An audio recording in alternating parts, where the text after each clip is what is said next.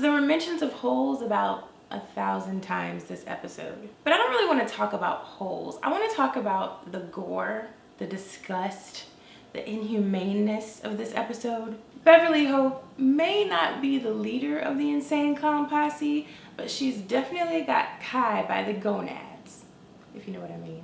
First, they kill Anchorman Bob, Beverly's boss, because he doesn't want to listen to her, and he fires her. And the way that they kill this man is disgusting. So they have this whole plan. And by the way, this is the first time we see the entire cult together, working together. They break into his house and have this whole plan to, you know, make sure that the townspeople know that this is a cult, so they're afraid. So they have all of this on camera. They start by hitting him, and everything's going as planned until who's gonna take care of it? What, you ask? Just the gimp he has upstairs. The gimp is hung up, oh, it was so bad, by these, like, what do you call those? Massive fish hooks. Massive fish hooks. And he can't see anything. He doesn't know what's going on, but RJ, which is Beverly's cameraman, remember him? Yeah, he's in the cult too. He questions Kai's leadership, basically, by saying that, you know, why do we have to kill this gimp? He doesn't know what's going on. Let's just let him free. So in true Kai fashion, he kills him. And you see this poor gimp, like, falling from the hooks. It's just... And who else breaks this news of the Anchorman's death to the whole town?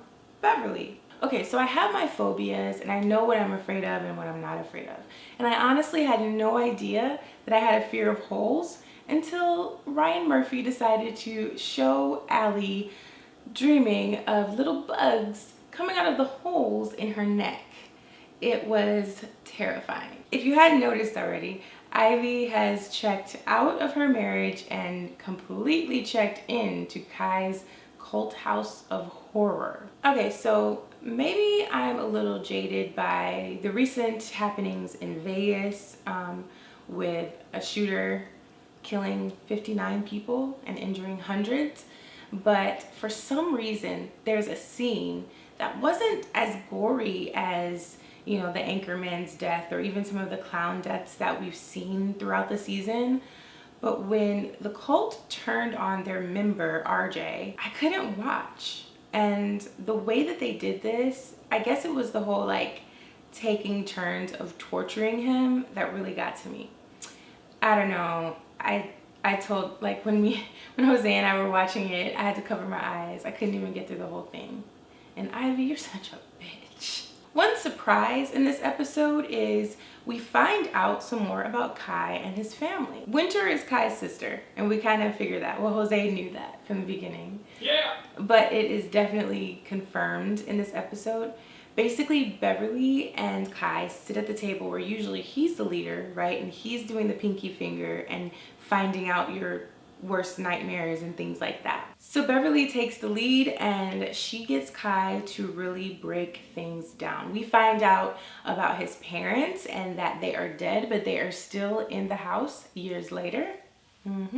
It's pretty crazy. But the one thing that shocked me, and I'm sure everyone, is Kai's brother, his older brother, is the psychiatrist. The one that Allie always goes to, and it's all starting to make sense of why they're able to figure out people's phobias, like Allie's, and play off of them, right? I'm not sure if the brother is actually like in the cult. Actually, I don't think he's in the cult. I think that Kai or somebody is sneaking in the office and like grabbing the files, because I just want somebody to be good and innocent in this whole thing. I'm sure we're gonna learn more about this anyway, and we're gonna find out really what's going on. I think the main point of today's episode, besides giving me nightmares, is the fact that the switch of power between Kai and Beverly. We see that Beverly says very little and she's able to make Kai break down in tears. And I think these are real tears, guys. He really is just a mess, and he trusts her.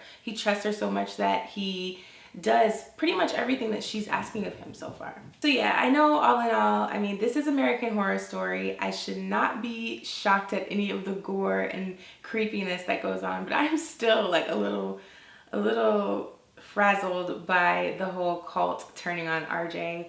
What do you guys think? What was the craziest part of this episode or even this season in general? And of course, what do you think is going to happen next week? And make sure you're liking and subscribing the videos so I can keep bringing them to you. I love all you American Horror Story fans out there.